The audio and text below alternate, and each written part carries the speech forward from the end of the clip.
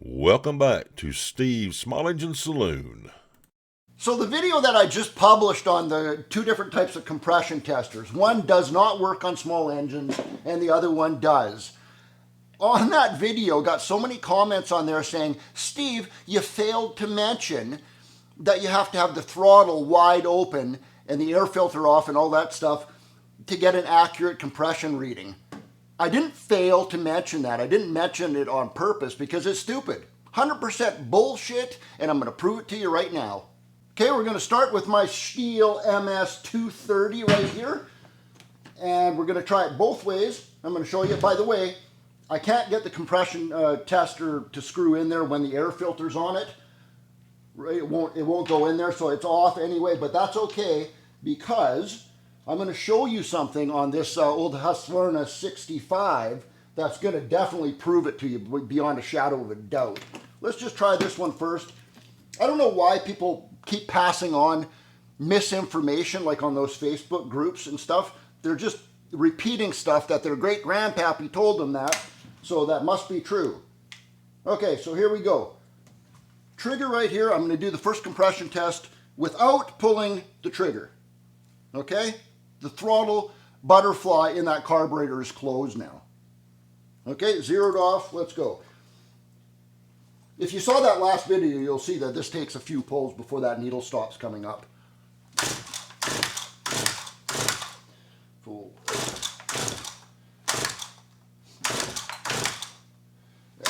There, 10 pulls and it's not coming up anymore. That says exactly 160 PSI. I don't know if you can read that or not. 160. Okay, zero it off. Back to zero.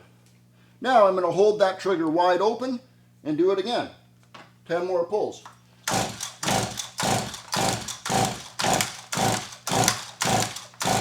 Was that 10? It doesn't matter. Needle stops coming up. Exactly the exact same. 100 and, well, it's the exact same, 160. There you go. Makes no difference. Okay, so if that didn't prove it to you, I'm going to show you something very interesting on this old Husqvarna 65. I always thought that was funny. Every time I read that on Facebook groups, people saying, oh, don't forget, you have to have that throttle open, you have to have the choke open, you have to have your air filter off, or else you won't get enough air coming in as you're pumping that. The air, look at this. The air comes in the muffler. The muffler doesn't have a one-way check valve on it. There, the muffler's off on this one. You can see every time that piston comes down to the bottom, air refills through there anyways, fills the combustion chamber up so you can give it another pull. This is ridiculous, but I'm going to show you this right now. Zeroed off. This is what I did. Look at that intake. Carburetor's off, and I got a piece of duct tape squished in there. It even covers the impulse hole. That is 100% blocked off. Let's see what the compression is on this. Doesn't matter if I pull that trigger or not, right? Probably another 10 pulls. This should come up to about 175 if you remember from the last video. By the way, the last video, I'll put links in the description and stuff for you if you want to see that on the compression tester differences.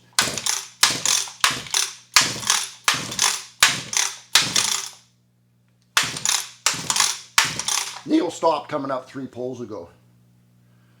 50, 60, 70, 80. 180. 180 PSI with that intake blocked 100% off. Let's take that duct tape off and do it again.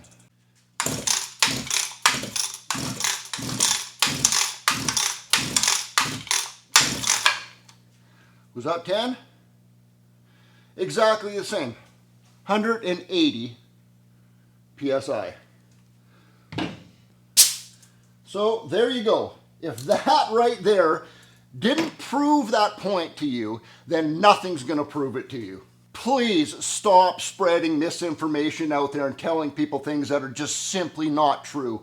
Go outside with your own chainsaw, your own compression tester and try it for yourself. It's going to take you 3 minutes to see that I'm right. Hope I helped somebody out as usual. Till the next video, everybody. Cheers, and Steve out.